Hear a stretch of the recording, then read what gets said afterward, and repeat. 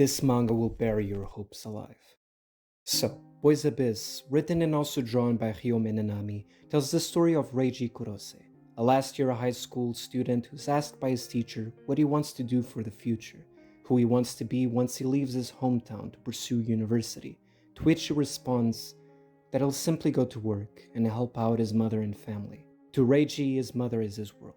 At first it appears he willingly wants to help her take care of his sickly grandmother and his shed-in older brother, to aid her out of concern and love. And in part, it is true, but deep down, Reiji feels trapped. His household situation presents itself more as a burden, a curse he can't easily walk out from. Deep down, Reiji wants to be free from the town he feels trapped in inside, the town he only ever known, and find new life outside, freedom to choose what to do with his own life, while keeping his family safe, his mother happy, a dream, an illusion, a distant light he knows will never come to be. A tale all too familiar, all too relatable. How many of us have felt stuck in one place, in one situation, one issue we feel can never sever ourselves from, out of a sense of duty to our loved ones, to people close to us. At first it's unconscious. Reiji accepts this responsibility willingly, without much thought.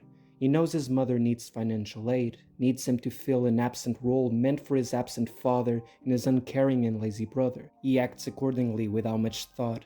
He accepts his fate, carves his future he doesn't want to himself, until he meets this woman at a convenience store, that is.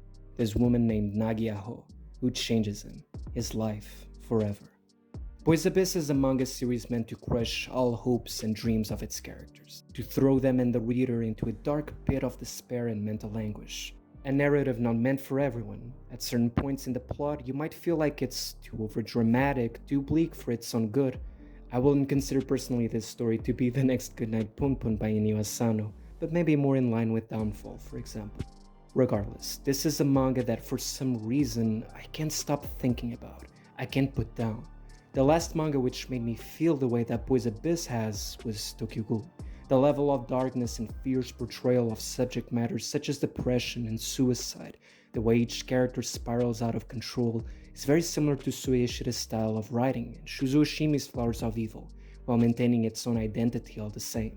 Each chapter is incredibly addictive. The plot is constantly moving forward for the most part, in unexpected and curious ways. Despite our protagonist not being the most interesting individual, you want to know what will happen to him in the end. If he will ever be able to leave this pit and climb up to the light he has never seen or has even felt. He is hollow, but the author paints him as hollow in order to make his despair infectious to the readers, to the remaining cast who surrounds him.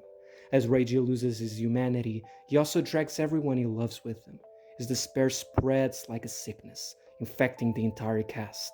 And yet it doesn't feel forced. It feels natural, as all of the characters have already insecurities and inner demons close to their hearts, devouring them slowly as Reiji drags them into the abyss. They're already fragile individuals, so when the events of the story start to peel off those layers covering their sadness and loneliness, you see it coming. His best friend Chako loses herself and her innocence because of Reiji, but also because of her own lack of control over her life and the way she views herself. That same principle applies to his former best friend, also applies to his high school teacher. Nagi does the same to Reiji, and Reiji steals away Nagi's future by conforming with the emptiness she feels inside. Reiji's mother also gets to share the spotlight in the narrative, alongside Asamori, a central figure to the plot as well. All of these characters converge in a satisfying and organic manner. The only part I did feel it was indeed out of place was Reiji's teacher's actions as the narrative went along. For the most part, a very realistic and grounded approach to the story. It felt like the author needed someone to serve as a clear antagonist who could rush the plot to places Ryo Minenami wanted, making her feel like a character from a completely different series. Most of the cast served as their own antagonists, getting in the way of each other naturally, due to their own personal desires and end goals, so her depiction was what I felt like unnecessary and overblown.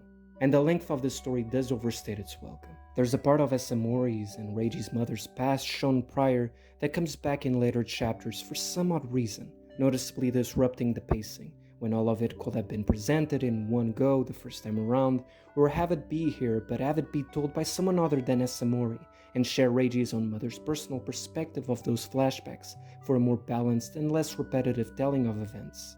But the art is also its own beast. a dynamic life form of its own. Ryo Minenami presents some haunting yet beautiful panels and artwork. Every image is spotless, the whole town is engulfed in night and shadow, making the art tight, the scenery claustrophobic as it should feel, all while pleasuring our eyesight, a comfortable darkness that draws us in, despite draining our energy and happiness away. Ryo Minenami's usage of contrast and the way she utilizes the unique trait of manga to enhance the manner in which the story is told, the usage of the black, the gray, the white, it's breathtaking. The artist utilizes the art form to its maximum potential, making it unique, improving all aspects of the narrative and emotion felt. The two other artists that come to mind who also approach the same balance of color to their art, for example, have to be Kentaro Miura and Haruko Ichikawa.